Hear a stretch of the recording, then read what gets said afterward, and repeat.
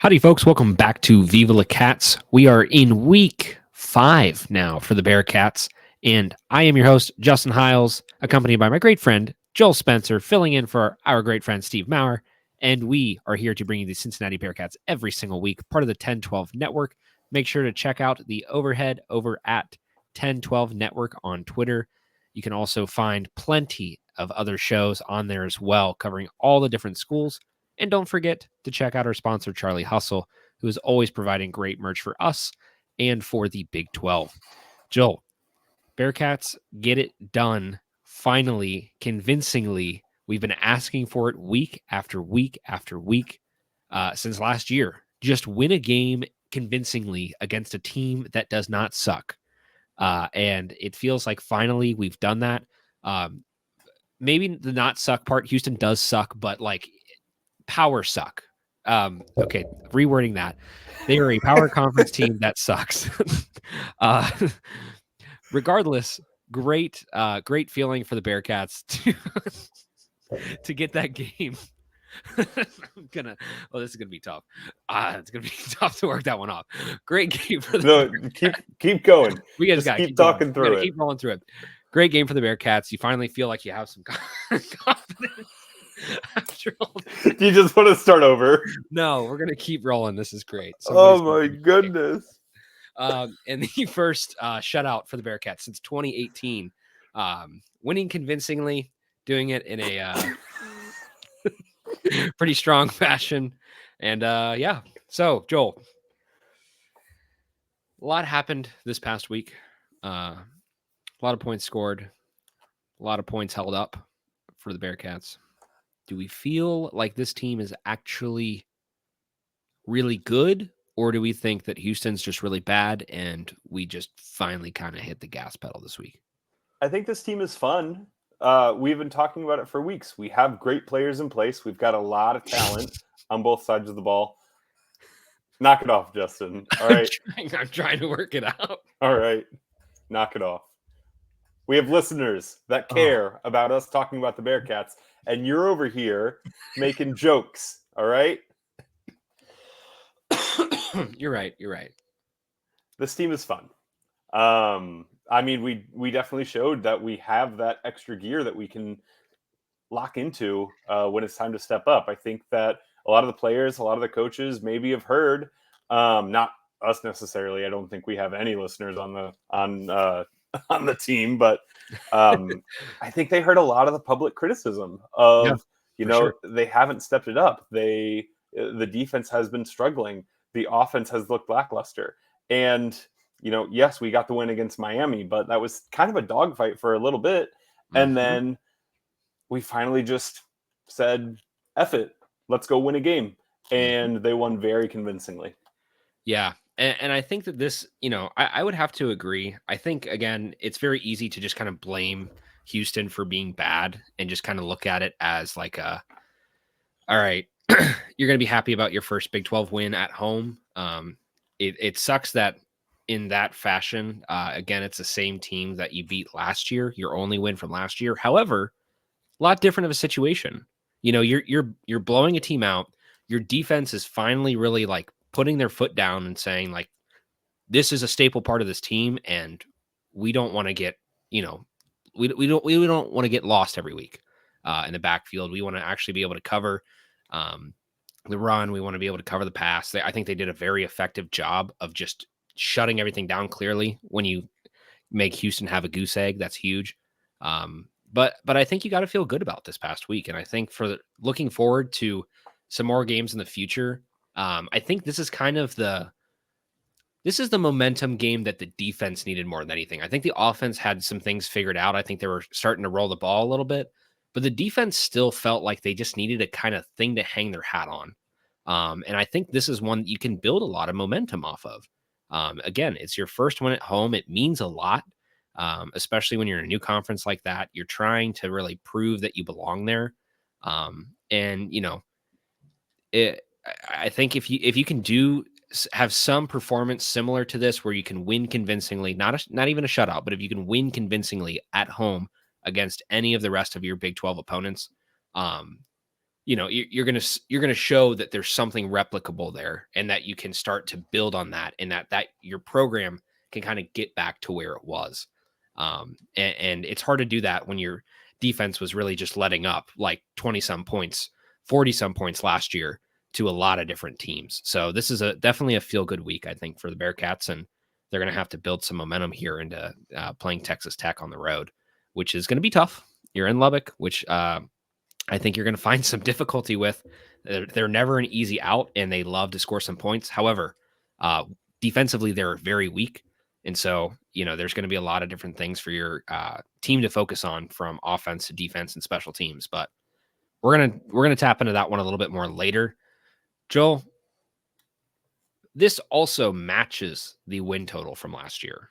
You're 3-9 last year. You're starting off 3-1, completely different script.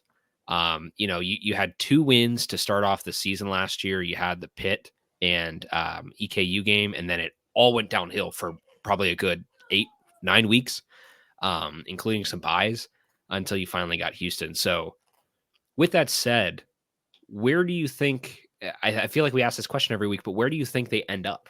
So now you're starting off 3-1. Where do you think that they could realistically end up? I think it's a fair question to ask every week, because we're always going to be emotional about our sports teams. You live by them, you die by them. It's a week-to-week basis of what have you done for me recently. If you lost recently, your entire week is just horrible until you get that opportunity again. And if you win, great. No worries whatsoever. So yeah, Bearcat Nation is feeling pretty good right now, and for good reason. Like you said, first Big 12 home win. First Power 4 shutout of the season across the country. That's awesome that the Bearcats were able to accomplish that. Reminiscing on Cincinnati defense, it used to be a staple, and we've lost that in recent years. Yeah. So it's good it might not be a trend. It might not be something that we have the entire season, but it's good to see it back for one game. Right. And so, yeah, of course, there's a lot to feel good about right now, especially moving forward into the season, matching our win total from last year. 3-1.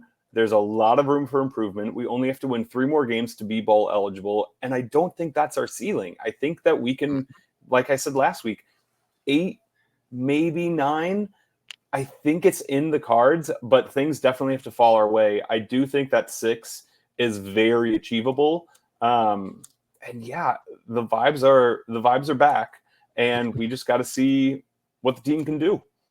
Yeah, I think the biggest thing that I look at now, which we'll again tap into a little bit later with our Big 12 head-to-head, but we've all talked about this. It's going to continue to be the storyline for the entire season, and probably for seasons to come. There is so much parity in this conference, and there's so much similarity between so many teams that it really makes it fun and exciting. And it truly is a 50-50 toss-up for about 80% of this conference every single week, whoever you're playing.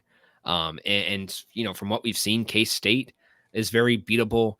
Oklahoma State, Utah, they have their weaknesses. Utah's without Cam Rising. That really is going to hurt some of their eligibility there for probably late season success without a veteran. Could they continue? Probably, and they might be fine. But, Oklahoma State's shown their weaknesses. Kansas State has shown their weaknesses. Like, all of these teams that you thought were probably going to be the clear and away favorites and would pull away pretty early, they all look gettable. Like, I think every game on this schedule, you should be in the mix. This should be a 10-point game, like that at the least. I think that should be your goal, is if you're winning a game, great. If you're losing a game, don't get blown out. And I think that's the huge key there, is don't let your defense let up 5+ points. Hopefully you can keep them to 20s. Don't, and make sure your offense is effective enough that you're putting up 30 points a game. That's a ceiling that we've been stuck at for so long. And so to see them also put on 30 points at home in a shutout, there's a lot of good things that happen in this game that you can take away and move forward with. You had some notes here on Sorsby and some other, kind of things around the CFB world where we kind of stack up. I think one of the things that I find really interesting right now is the Bearcats, and I'm not going to put a negative light on this because we are doing very good right now, but it is interesting because if you did not have that fourth quarter blowout basically lost to Pitt at home. The Bearcats are in some pretty interesting conversations right now. And it's that one loss. Even if you just don't lose that game, if they come all the way back and, score 19 points or 18 points or whatever and end up losing and the Bearcats win and you're 4-0 right now, there is a much different vibe right now. Like there is we got the shit kind of vibe. Like we have a lot of things going for us in a way that I think now we're just kind of keeping a little bit more humility, versus some other programs like maybe like UCF or BYU right now are both undefeated. And I don't think anybody expected them to be, but here we are. And, we're going to see how all this shakes out. So as far as Sorsby goes, what do you got, Joel? Sorsby looked great in this game. He was dropping dimes left and right to Henderson. He was doing it with his legs. CBS Sports lists him as a top 10 quarterback in college football right now. And I think that's accurate. I think we have a gem at quarterback, which is awesome to have. And then you go down the list to a lot of other key players on our team. We seem to have a college kicker. That's another really hard one to come by. And we have a stud at running back. We have an NFL prospect in Joe Royer. We have a lot of key talent at positions that if you have good quality players, you're going to do great things. And our offense, even Kandra, like our offensive line has some big bodies on it too. So our offense absolutely can hang with anyone. Brandon Sorsby has shown that he can ball. He's proved it so far in these 4 games, and I think he is ready to stack up to conference play. Especially when you look at the history of the Big 12, you've got games that are scoring both teams in the 60s. You have games where the quarterbacks are passing for 600-700 yards. We knew the nature of the Big 12 when we were coming into this conference. That might partly be one of the reasons why Fickle left, was because that wasn't the style of football that he wanted to play. We knew we were going to be in these high shootout scoring games. And I think the Bearcats might be able to stay in a lot of these types of games if we are involved with them. We'll touch in just a moment on the Texas Tech game, but that's another high scoring offense where, like you said, they don't have too strong of a defense. We could be looking at a really big shootout where it's just nothing but offense in this game. But Sorsby has really impressed. Hawk has really impressed, and it's it's really nice to have those positions where you don't have to worry about them. Yeah, absolutely. One thing I wanted to add too, Steve and I have always loved to use K Ford ratings too, because I think it is a very strong metric. It's the ratings are very accurate generally. CFP picks are pretty much on the money most years. And I think one thing that I wanted to kind of like look into is the movement on the K Ford rating for the impact of week 4 performance. So this is a weekly rating that K Ford puts out. And basically just segments you into upgraded or downgraded based on how you performed in week 4 and what your expectations are for the rest of the season. And so the Bearcats are at the top of this list. They're up there with Iowa State, with BYU, JMU, South Al, and K-State, funnily enough, is on the opposite end. Houston is on the opposite end of those. They're not always 1-to-1 like that, but I think that's a thing that is really interesting to watch, because we'll see how some of these teams shift and move around. But I think for the Bearcats in this type of game, like, you have to feel pretty good about where you're going, where your expectations are now headed. And you have a different energy than you had coming out of week 2. You have a different energy than you had coming out of week 3. I don't think week 3 really moved the needle for you. It just kind of said, all right, well, we beat the team we're supposed to beat. This one feels like we convincingly beat a team that we should have beat, but we did it in a fashion that was spectacular, quite honestly. And so I think for the way that we move forward from this, you have to look at the offense and just how prolific it is. Also for K Ford ratings, Bearcats are currently ranked at 27th in the country for the Week 5 offensive ratings. Their projections are really putting them way past where they were. Of course, like the over-under for the Bearcats this season was 5.5. Now I think they're upgraded to about a 7.5. And so those things make you feel a lot more confident. And I think that they're all achievable. It's just how consistent can you be week to week? How much can you take care of the schedule that you have? Because it is going to start to wear on you. I mean, you're already seeing some other teams suffer from some injuries. You're seeing some teams have back-to-back games that are just tough and are starting to wear your team down. So you're going to have to figure that out. But looking forward, you have, of course, Texas Tech, which we're about to jump into in a little bit. You have UCF on the road as well. And then you have Arizona State and then at Colorado. Through that stretch, UCF is definitely your toughest matchup. But from all those other those other three teams, we talked about this all off season of the hashtag Bowl by Boulder. I think it's doable. Like, I think there's a legitimate chance there. Granted, you'd have to go 3-1 in the next stretch to do that. But I think it's a legitimate possibility that you can take care of business in some of these games and, get some momentum. You have Arizona State, which is probably your easiest opponent at home. You should win that. Arizona State is better than people expected, but they're still not a good Big 12 team. They're solid, but they're not a good team that everyone else is afraid of right now. You should get that game at Colorado.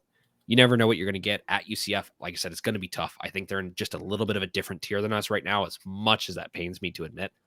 And then Texas Tech, like I said, we'll see. I don't want to jump ahead too much. We'll see, but I think they are a gettable team right now.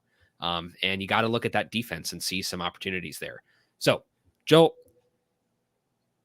before we get to Texas Tech, we have some very important topics to cover here. What's really just one topic, but this past week we had an awesome moment, which is, it's felt like it's such a long time coming. But officially, Sean Kilpatrick and Marty Gilyard inducted into the Bearcats Hall of Fame. It's a good feeling, man. For people who have been around the program, for people who grew up in Cincinnati and grew up around these teams, these are household names. If you're a Bearcats fan, these are household names in Cincinnati. Everybody knows them. Sean Kilpatrick, probably, everybody can argue from different perspectives of the 2000s, probably still the best player that we've had. All around, just incredible impact player for the Bearcats, 20-point average scorer, 2,000-point scorer, just some absolutely insane accolades. And it's great to see him back around the program because he has been a little bit quiet on that side. And so to see him around there, see some good comments from him and Wes, it's just nice to have those guys back in the building. And then for Marty, of course, a staple player, just absolutely just memorable performances as a kid. And I remember watching him when we were growing up, and just, it's funny when you talk to other people about what they know of Cincinnati, from when they were growing up. If they're college football fans, they know that name. Everybody knows Marty Gilyard. They might not know all the other Bearcats, but they know Marty Gilyard. They know Tony Pike. And so, like, those are kind of the cool things where it's like, it feels like finally, like, these guys are in the hall where they belong. Absolutely. This is long overdue. SK2K and Marty, I mean, two staples of their respective sports of Bearcats history. There's not much more that can be said about their greatness and the heights that they were able to take our programs to.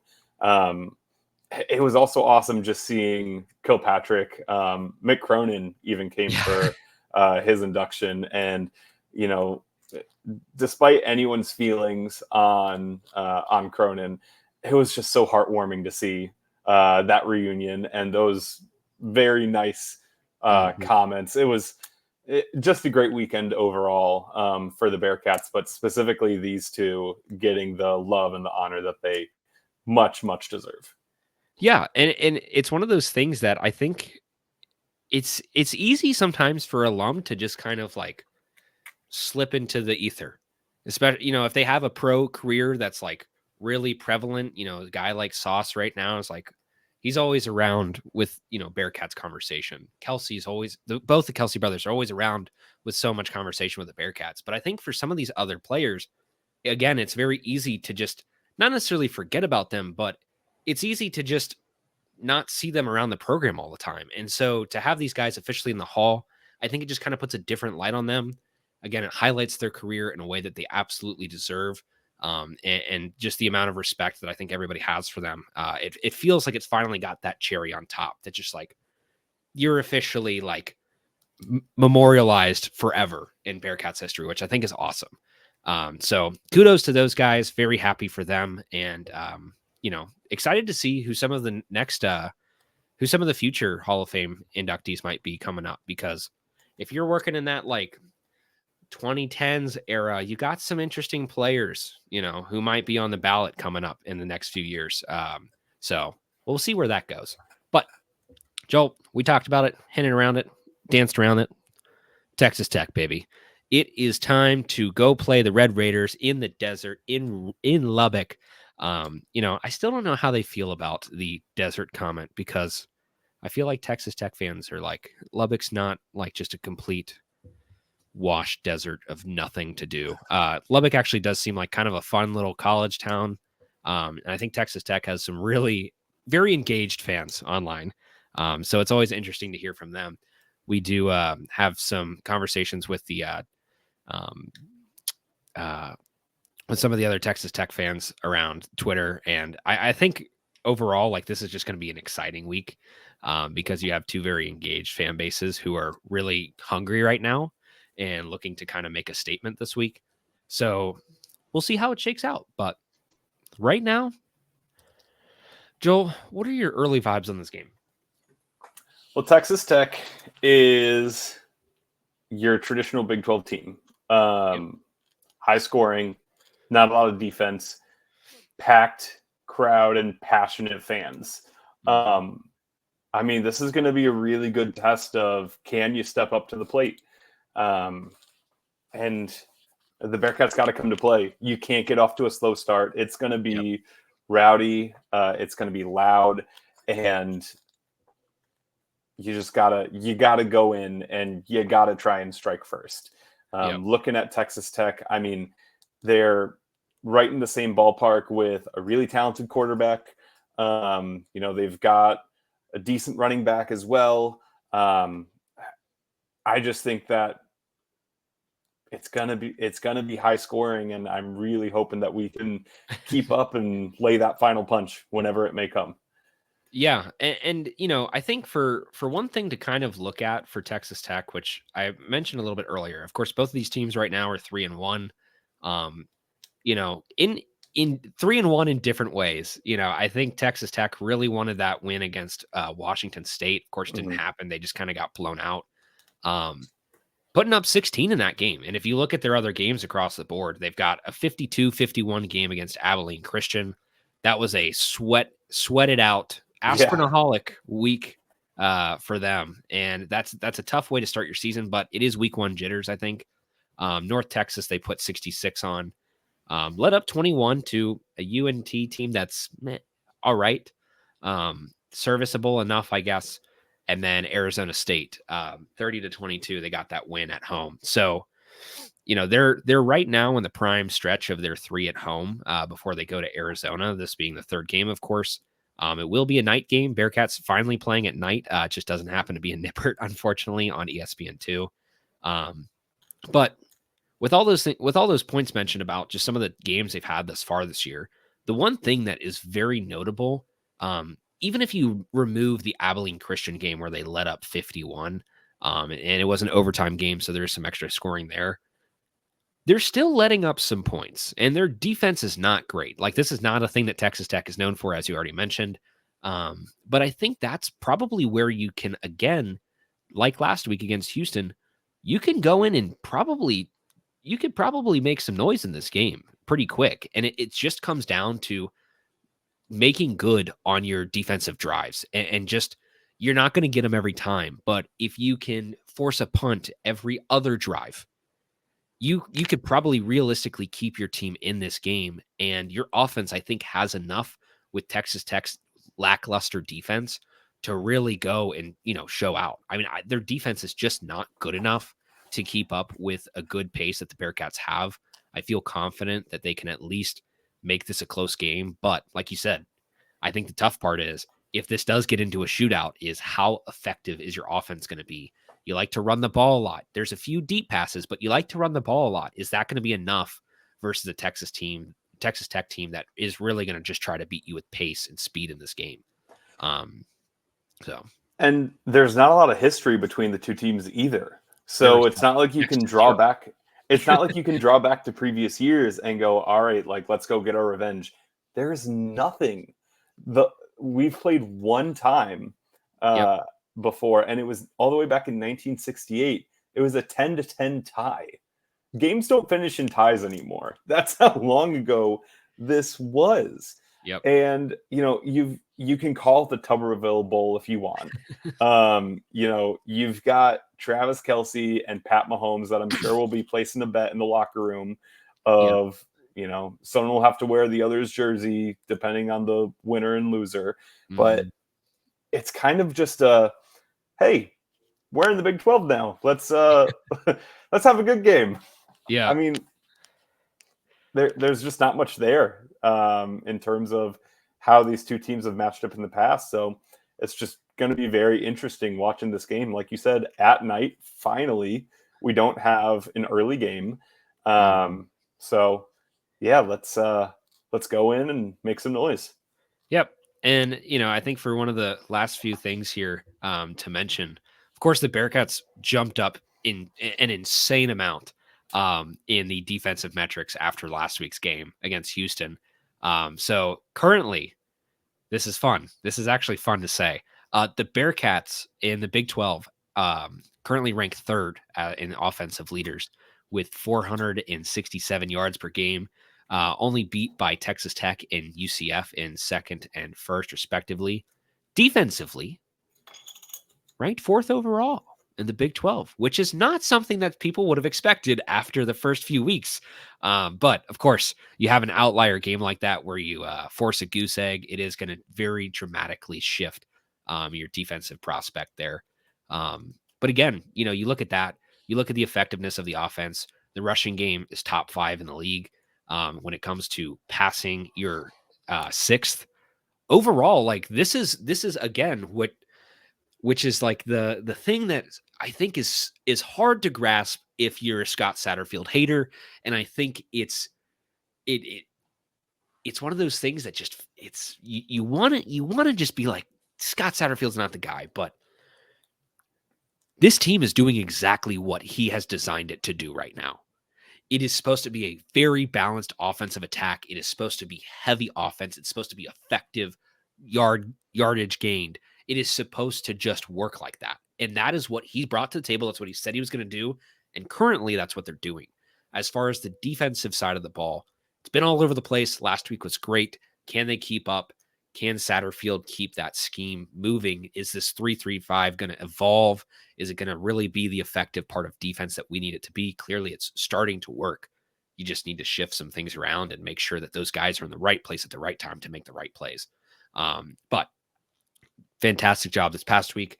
I think this week is going to be really interesting. But again, like looking in comparison with some of these other teams, I think the Bearcats can really they could be in the running this year. They could be in the running, but it's going to take beating teams like Texas Tech on the road in a tough environment. If you had them at home, I'd say hammer the Cats.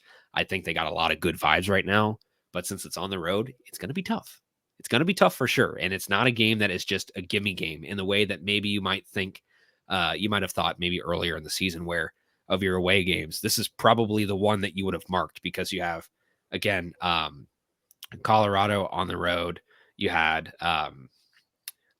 Iowa State, Kansas State, UCF, like those teams on the road. Miami, like you looked at Miami and Texas Tech is like that's probably your stretch if you're going to get anything on the road. So you got to do that now. You got to take advantage of those games early because again, K-State might be screwing up right now.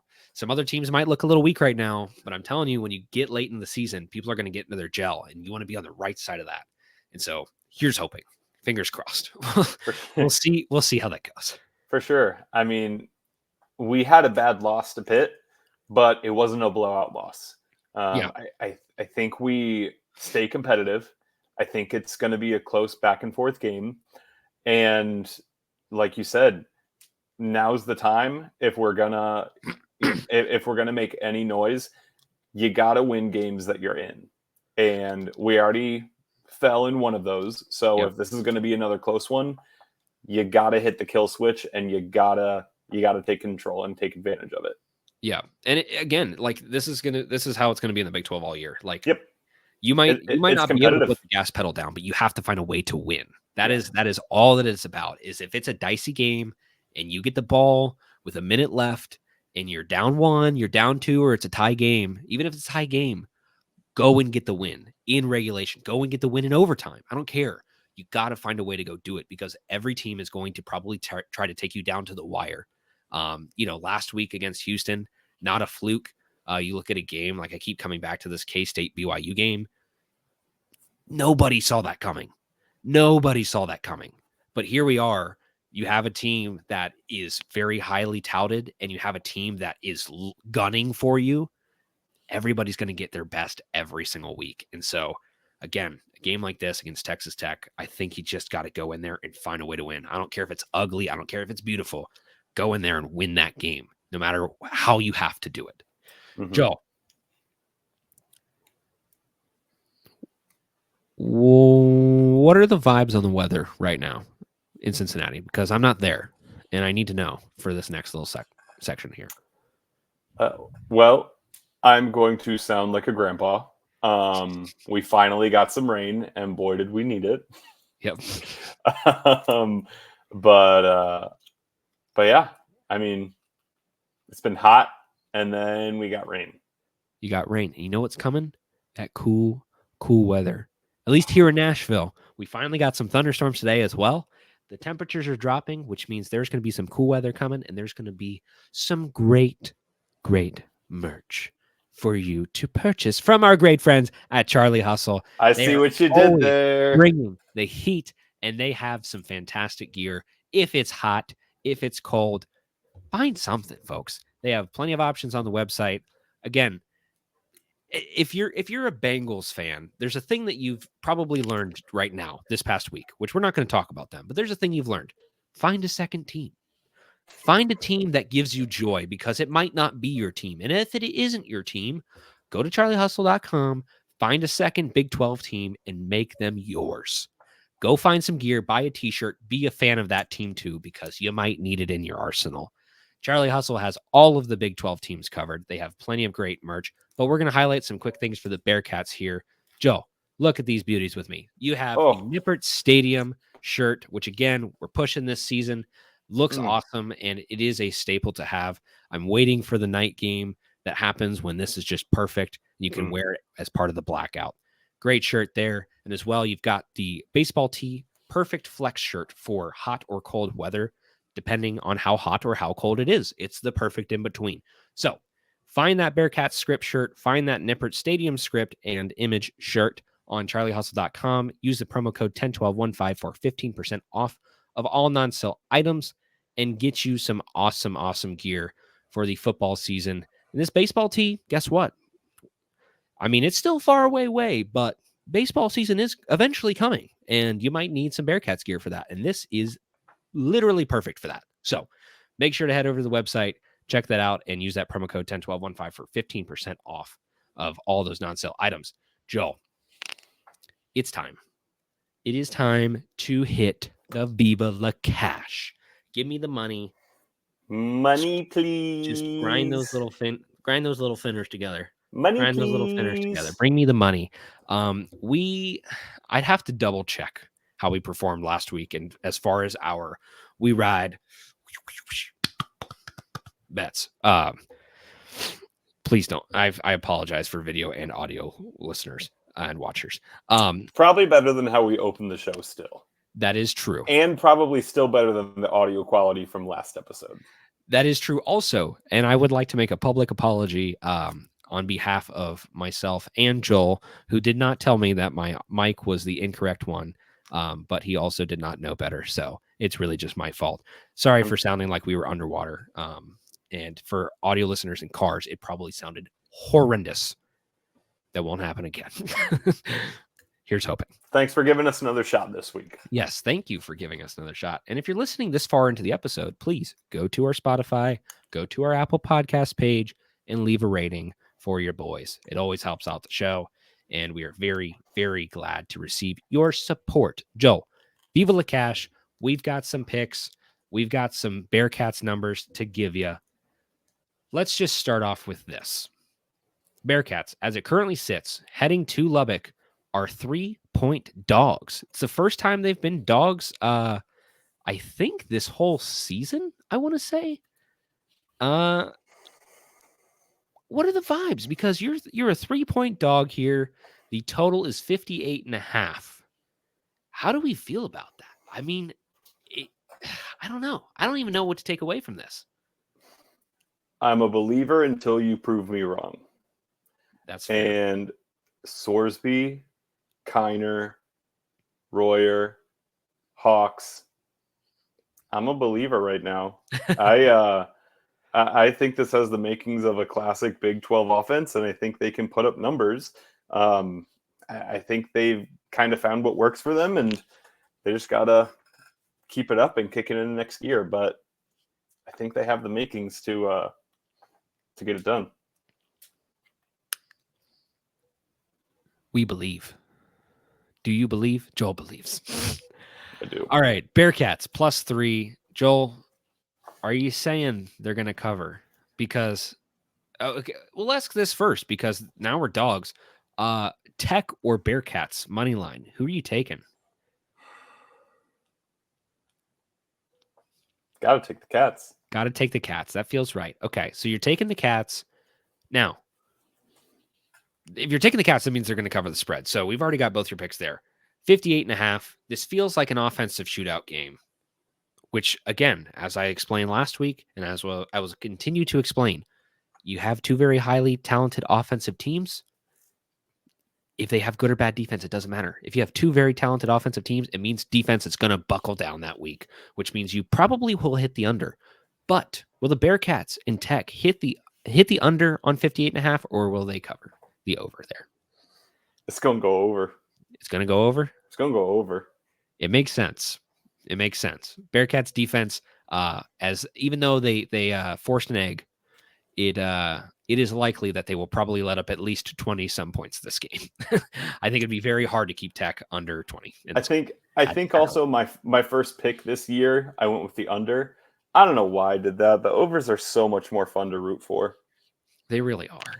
But it is easy to sweat them out. And some of them just absolutely kill you at the half. But, you know, it's better than sweating out an over is definitely a better feeling than sweating out an under, because when you're like in the fourth quarter and it's like, oh, yeah, now they decided to play football and they're going shot for shot. And I got about like 15 points and we got a whole quarter and now we're playing offense. Scary hours. I would have to say for my picks here, got to take the Bearcats. If I pick another team, I feel like I've done myself a disservice. So you have to take the Cats. Of course, then they're going to cover. So I'm with you on that. I might eat shit on this. I'm going to take the under. I think this is a game where, again, you expect it to be high-powered offense. You expect them to score a lot of points. If this is a close game, I think it's still going to be like 20-some type of game. I think they're going to find a way to make this ugly. I don't know. You see, now I'm talking myself out of it. Screw it. I'm taking the over. There you go. You go. That is both teams hitting 30, which feels reasonable. One team hitting like 35 and the other team hitting like 26. So it's, I don't know. It just makes sense. You got to take the over in this game. I'm going to go right along with you on this one. So go with your score prediction now. Score prediction. Okay, now that I've said that, I'm going to say, now that I've convinced myself to take the over after I just explained that it should be the under, and I will probably feel bad about it later when it ends up being the under, I'm going to say, well, weird score, 42-38 Cats. In the 40s, huh? Yeah. I after doing my little napkin math, I think I have to take back my call for the Bearcats to cover. I think it'll be a push. I A think push. I think it'll be a win by 3 exactly. You're gonna take a push. That is risky biz there, my friend. I was doing notebook math. I think it's going to be a 48-45 overtime dub. Okay. All right. Fair enough. Book it in. Maybe double overtime. Who knows? Who Maybe double knows? overtime. But just doing the math, I think it'll be a 3-point game at the end. Fair enough. Fair enough. All right. Joel's taking a push. That's a first this season on the Viva La Cash. All right. We got a few more picks here, and then we'll get to our Big 12 head-to-head because we have some fun, juicy little stuff going on there. We do. Joe, you got to hit me with some of these bets this week. Let's try to make them. We'll make them quick. We'll make them quick. But all right. Give me your first one. What feels right? We ride. Sticking with the over. Colorado UCF. Colorado UCF. 63.5. Both teams like to score. Might get messy, but got to take the over. Fair enough. I'll give you all my first one. You got Minnesota at Michigan. Minnesota loves to just grind you down and to play some just weird defense that makes the most admirable team look less than good. However, Michigan coming off a nice game against USC, probably feeling pretty good. They're ranked 12th in the country. The vibes are great there right now. You did a good job. Minnesota right now, only a 9-point spread here in this game. And I don't think that makes sense. I think Michigan is probably going to put the hammer down in this game. You had a close game against USC. I don't think that Minnesota catches them off guard, and I think they're going to cover that 9-point spread. That feels very reasonable to me. Also, the over-under in that game is 36. Ew. That's low, but that's a Minnesota Michigan. We're going to play some defense. That's a punt fest right there. Yeah, that is absolutely a punt. I'm also scared about my 63.5 over because that's a high over-under. It is a high over-under, but that is 2 high-powered offenses. So, again, here, Minnesota, Michigan, take Michigan to cover the 9. Joe. I'm sticking with the Big 10. I really like Illinois this year. Illinois. I think they're going to cover. They're an 18.5-point underdog at Penn State. Okay. Illinois has been riding a wave so far this year, and I think that carries in to Penn State. So, rooting for fun, and also hate to break it to you, but Penn State never shows up when they're supposed to. So that is probably fairly safe. I got a fun one for you this week. This is my official.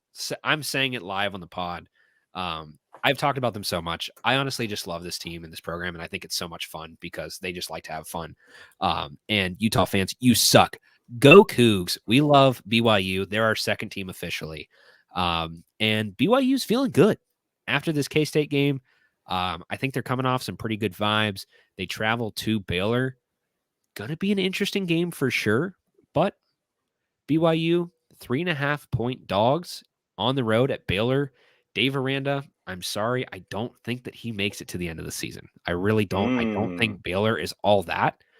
You got to take BYU just to cover. They might not win this game, but you got to take them to cover. And I just don't think Baylor's all that good. So you could take BYU. That 3.5 feels very, very safe. Feels very safe in my mind. All right. For my final pick, I am going to continue on with trends that we've seen. Houston is doo-doo. I am going to take Iowa State to cover. They're a 13.5-point favorite over Houston. I mean, Iowa State looks good, so I don't think Houston stands a chance. That's fair. I mean, if we can beat Houston that bad, I think Iowa State can do it too. Yeah. And Iowa State is one of the teams to watch this year in the Big 12, as pretty much always. They're always the team to watch. Will they actually perform to expectations? That's always a question mark. But I don't think Houston's going to get the better of them. So fair enough. My last pick of the week, and we will move on to our Big 12 head-to-head. Joe, Arizona at Utah. Arizona, 11-point dog. Utah is looking like they've got it figured out, with or without Cam Rising.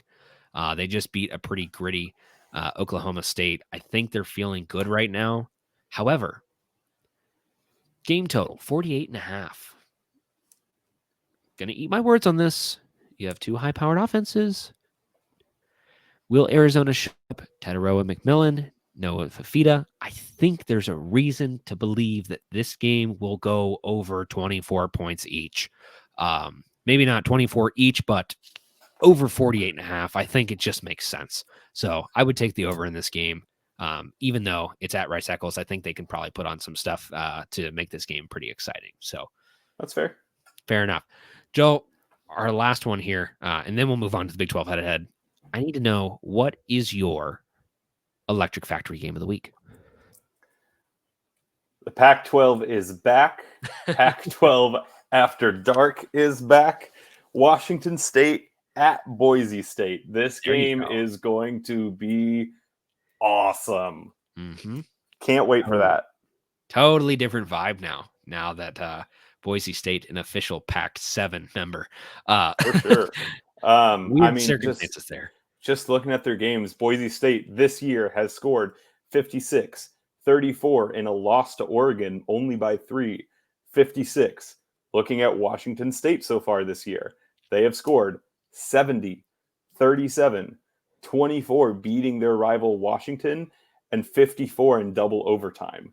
These are two high-powered offenses. It's a 10 o'clock game. Watch the Bearcats at 8. Catch the tail end of the Cougars and Broncos game. Not even the tail end. You'll get to watch most of the game by that point. Mm-hmm. But that'll be fun, man. That's very fair. And also, just as a nice little number, maybe we can throw this in as a little together sweet little treat for you. Over under in that game, 64.5. That might be one to just take the over on. Yeah, that's another Colorado UCF over that we'll be sweating, but that'll be a fun one. There's a lot of teams who like to, when you have the high-powered offenses, who like to buckle down on defense. I don't get that vibe from either of these teams. I think they're just going to try to keep slinging the ball until one of them wins. Just throwing punches until they pass out. I have one more take after you give your Electric Factory game. Okay, fair enough. Electric Factory game of the week for myself. OK State, K-State. K-State down bad right now. Down bad. I think they were feeling like they're going to steamroll everybody. Oklahoma State also coming off of a loss. This is in Manhattan. These are two teams that don't like each other. This is going to be a nice, gutty game, and I think it's going to bring the vibes. I think it's going to be a fun game. I think both of these teams are itching to get the right the ship week sort of situation here. They're going to be throwing some blows in this game. Also ranked matchup. Yeah. Justin, my last game of the week is my game I do not care about. I saw an ad this weekend. So is this a sickos game? No. Okay. This is a how dare you game. Oh, I see. Big boys over at Fox decided to advertise a Big 10 game featuring Washington at Rutgers. Who cares? That's your national spotlight game that you're going to advertise as your Big 10 game of the week. Are you kidding me? Get your shit together. I will only give them this, and I think there's a reason why, is because I could be wrong. I don't know if Rutgers plays UCLA or USC this year. I'd imagine they play one of them. This might be the golden ticket for farthest traveling matchup of the season. So maybe that's what it is. But yes, I agree. Washington does not look like Washington, and Rutgers is Rutgers. So fair enough. I agree with you there. Oh, UCLA does play at Rutgers on October 19th. That one might take the cake. I don't know what's actually. I would imagine that's farther. I would imagine that would have to be farther because it has to be. Yeah. That's like a 2,800 mile travel game. So rest in peace, UCLA. Joel, yes, it's time. It's time for the Big 12 head-to-head, and it's time to give out some awards. But before we give out the awards, we're going to do a quick catch-up on the Big 12 draft. Of course, Joel taking Steve's teams. Pretty balanced week this week. I had no say in this. No say in this, but it is pretty balanced. We split here. My team went 4-4 this week. Joel and Steve's team went 3-3. They also had 2 buys with UCF and Arizona. So nothing to gain from there, but nothing to lose. So that is, again, this goes on percentages, not just based on total wins. This goes on win percentage at the end of the year. So that's good and that's safe. Currently, my team still leads 24-9 on the season, and Joel and Steve's team 20-10 on the season. Starting to play some catch up there. You guys are getting a little bit closer, but also a little bit farther. But you have 2 buys to make up for. So you're not pulling away quite yet. Not yet. Not yet. You don't got me yet. Little pig and the carrot. I guess that would make you guys the pig. All right. Last but not least, before the Bearcats Sports Wrap-Up, we have our Big 12 head-to-head Week 4 award winners. Joel, we got some great ones for you. We got a doozy here for the start. We are going to give our Charlie Hustler of the Week to none other than Parker Kingston of BYU, an absolute dog. Yep. Vomiting on the field, running like 125 yards. He muffs the punt. It looks like this is just going to be a K-State recovery in the end zone. No, bro picks it up off of a weird bounce. It's beautiful. Then proceeds to make K-State trip over like 4 or 5 of their own players, running across the back of the end zone or the goal line, and then just darts it 100 yards all the way to the other end zone. Liv Moss, baby. Absolutely chef's kiss, beautiful moment against number 13 K-State at home. Provo's vibes unmatched right now. Unmatched. Also, shout out to their mascot, the Cougar. Arguably the only competition that the Bearcat has for best mascot, because just every highlight I see, just electric factory. Dude, it is like a sideshow circus. It is beautiful. There is some magic going on in Provo right now. Excited for those guys. Joel, who wins our Aspirinaholic game of the week? You don't even have to ask. It's Colorado Baylor. That game, back and forth. The final play of the game, Colorado finding a way to make it into the end zone, and then just in overtime, crushing the hopes of Baylor. Just a gut wrencher, and absolutely our Aspirinaholic for sure. And honestly, like, I mean, it's kind of sad that we haven't given this award to this guy yet, but Travis Hunter, man, that dude is a hustler. That dude goes out and balls. And to just have so many snaps throughout a game, then to go into overtime, still in the game, and then game on the line, Baylor's about to just pluck it into the end zone, make this a game. No, sir. He just goes in, punches out that ball, game over. Like, that is just insane playmaking.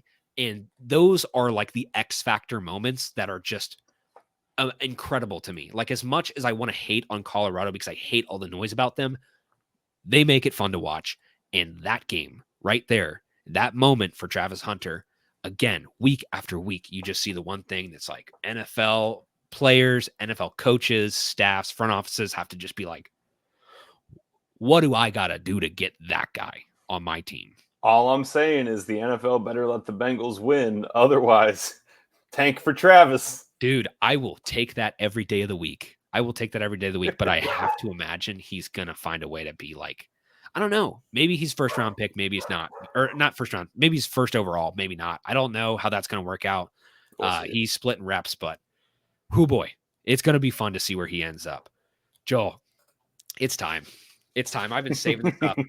You are so excited for this. I've been waiting for this moment. If anybody knows me, like I said, BYU, I've been cheering from all last year. Ever since I went to Provo, felt the magic. There's something fun going on there. I like them a lot.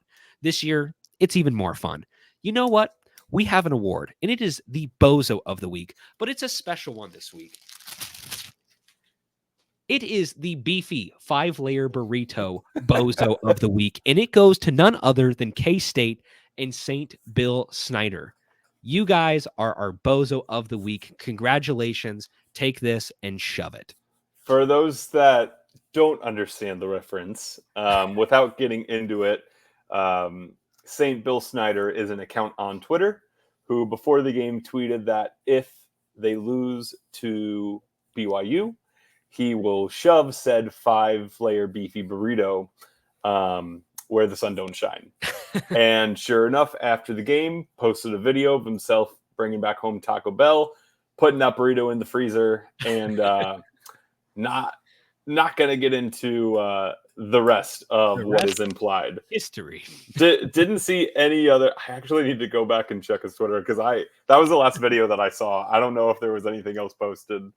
You know what the best part of this is? Like, so all of that happens. The best part is a absolute beautiful admin moment for one of the most religious schools in the country to acknowledge someone shoving a beefy 5-layer burrito where the sun don't shine, tweeting Liv Moss after the game.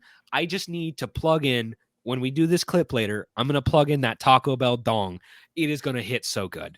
Like, I am telling you, this was just a awesome, funny moment for college football this weekend. And I love the just humility for BYU to just take that one and just run with it. Well, we finally have someone who follows through on their promises. Yes. Because all this started back in week 1, the Florida State fan who said, if Florida State loses, they will eat dog poop out of a red Solo cup. Mm-hmm. And what did they do after Florida State lost? They deleted their account. This man, St. Bill Snyder, followed through. He is a man of the people, but dear God, college football fans, the sport is chaotic. Don't ever make a public bet like that where it has just nothing but downside to it. People will bookmark it, and people will never let you forget that moment. The internet never forgets. And it never, absolutely never. Joe, that was our bozo, beefy 5-layer burrito bozo of the week. Our most watchable game of the week.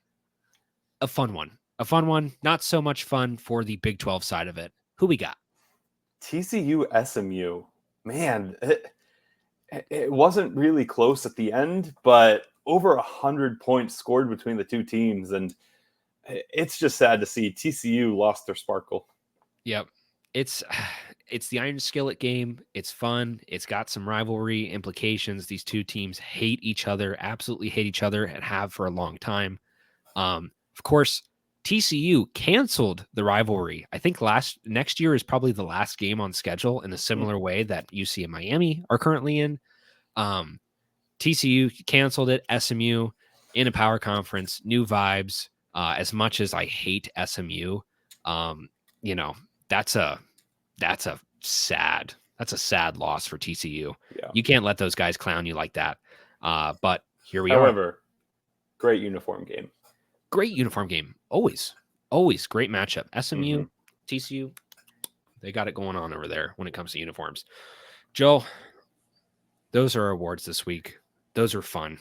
I hope we have so much more fun like this on the rest of the season. We got to find people just keep bringing us the crazy shit that's going on this week. We should put out some absolutely bonker Twitter bet that we have no upside of winning just for the chance to go viral. You do it. It's not happening from main account. It's not happening from main account. We can't delete ourselves into non-existence. The only one that I did, actually, I put one out last year, and I said if UCF makes the Big 12 championship in 2023, I would tattoo a Citronaut logo on my ass. That obviously never happened. They made a bowl game, and that was it. Nothing special over there. This year, could be interesting. We'll see. I don't want UCF to win. Joel, it's time. We're going to wrap it up. We are going to go over an hour, but it's going to be just barely because we got to hit the Bearcats Sports Wrap-Up. Some interesting things happening all across the board, but the Bearcats, they got a lot of teams out there. They got a lot of teams for you to support, and you have to go out there and show up and just make them feel good. Show up. Keep supporting the teams. They're doing some cool things. some really, really cool things happened this past week. Joel, we've got the composite schedule. I'm losing it. See, this is why we need to write down the notes. This is why we Oh need my Steve. goodness. I think it makes sense that We the lose. end of the show, when we get to the Bearcats Sports Wrap-Up, is chaotic because it shows that we need Steve. Yes. He's not replaceable. I'm not good enough. We need Steve back. We do need Steve back. This moment, we'll start with this. This is the coolest thing that you will see on the Bearcat Sports Wrap-Up probably the entire year. Yes. Women's soccer. Coley Sidlowski scored the game-winning goal against Kansas State in the game, the Play 4-3 game, which honors her older sister, who had passed. I don't think it gets better than that. That is such a cool thing to do against a Big 12 team. That is such a cool thing to do in a game that honors your sister. You hit the game winner. Like, Hollywood cannot write a better script than that. That's one of those Absolutely wonderful. That's one of those moments where it's bigger than sports. You know, It is. It's a heartbreaking story, and you're just, the emotion of it all is just so overwhelming. So just kudos to the Sidlowski family for all that they've endured. And, go women Bearcats. Absolutely. Speaking of more women's Bearcats, going back to the 19th, so last week, we're giving you the full wrap up here, all the way from where we left off last week to tonight. Bearcats women's volleyball team winning 3-1 against Morehead State. They're putting on a lot of wins right now. They're looking pretty good. Women's soccer, unfortunately, same night, had lost to Kansas at home. However, going forward through the week, women's volleyball played Morehead State again, winning 3-1. And women's tennis was doing a pre-qualifying event in the ITA All-American qualifying for tennis. Moving forward to the weekend, baseball had an open scrimmage. I did not see the result of that. I don't know if you've got anything to give me there, Joel, but again, same day that women's soccer game had happened, and the men's golf team played in the Rod Myers Invitational, which is hosted by Duke. You move forward to Monday and Tuesday, still going through that same tennis event and through the golf invitational, all the way up through even today, which gives you the All-American qualifying there.